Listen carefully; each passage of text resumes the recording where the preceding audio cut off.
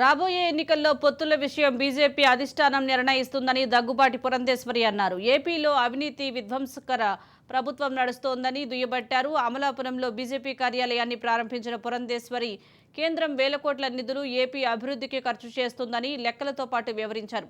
జగన్ ప్రభుత్వం చివరికి దేవుడిని కూడా వదలడం లేదని దుమ్మెత్తిపోశారు. Sena never said they are severing relations with BJP. So BJP is still in alliance with Janasena.